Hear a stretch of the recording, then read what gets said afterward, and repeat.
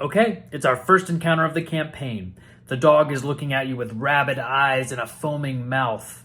What would you like to do? And remember, flavor is free. I draw my short sword from its sheath, its metal a dark black, and its blade dripping with shadows.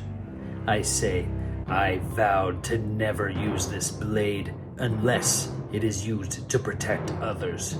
And I swing. Nice. Go ahead and roll to see if you hit. 15. That hits. Go ahead and roll your damage. 2 slashing damage. 2. Very nice. Okay, player number 2. I'm going to use an unarmed strike to flick him right in the nose. And I'm going to say, you go on, you get. Does a 19 hit? It sure does. Go ahead and roll your damage. 7. Great job. That's a strong flick. Player number 3. Go ahead. I'd like to cast Chill Touch, and I rolled a 16. Go ahead and roll your damage. That's 8 points of necrotic damage. It had 5 HP left, so how do you want to do it? I walk up to the dog, and I kneel down, and I start to pet his fur. Hey, good boy. Hey, are you a good boy? Yeah, you're a good boy. I had a good boy once. He was a lot like you, actually.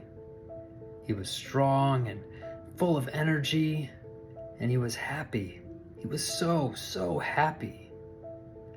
Well, one day, he started to not act like himself. He started to look angry and mad, but really, he was just scared. He was so scared because he was sick. We tried to find a healer for him, and we looked for days, but we couldn't find anyone who could help him.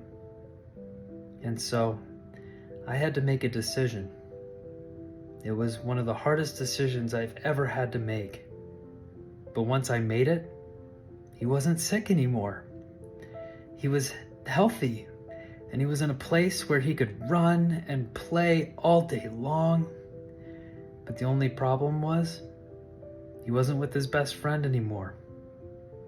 Well, one day, I'm gonna meet him there.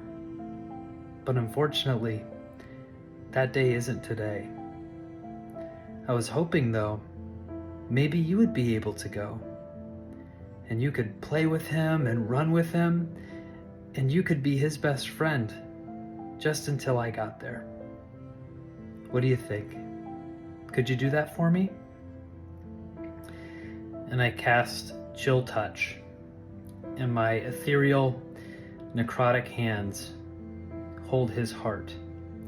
And as they hold his heart rate starts to slow. It slows, and it slows, and it slows, until it finally stops. And when it stops, his body relaxes. The muscles in his jaw unclench, and his head falls into my lap. And I just sit there, stroking his fur.